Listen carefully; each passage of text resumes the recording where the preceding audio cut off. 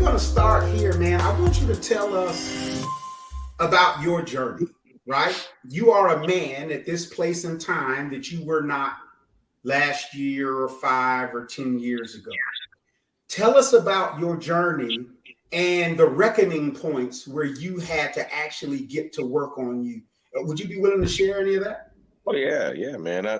Look, bro. I come to this. I made the conscious decision that if I'm going to be involved with you brothers who have extended yourselves and who have made yourselves vulnerable, that I'm not going to come to the table with anything less. You will not get any subterfuge, no facade, none of that from me. So I'm going to come 100 and keep it 100 the All whole right. way. Fair enough.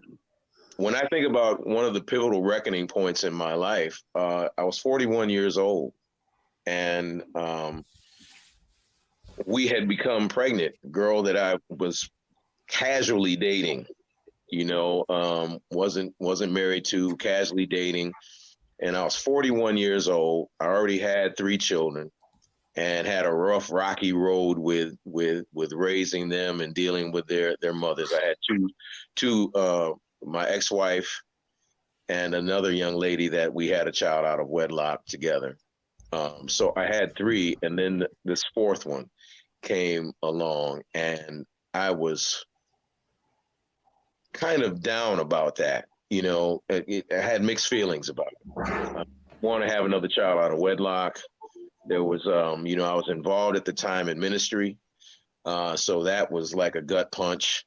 Wow. And so I turned on my computer, my desktop, and opened up my email and the landing page to Yahoo. And there was an article that stuck out to me that was headlined, "Are you depressed?" And so I clicked on it and I read through the article that talked about how so many people are dealing with mental illness and dealing with depression, the spirit of depression, and the legacy of depression. And so at the end of that very intriguing article, they had a test metric. And I clicked on that metric. It was essentially 20 questions. And I clicked over after I answered the 20 questions, and the higher your score, the more likely it was that you were suffering from depression. I had 18 out of 20. Wow. And a light bulb went off in my head. And I said, wow, some of my behaviors, some of my pathologies were illuminated in just a click of a mouse.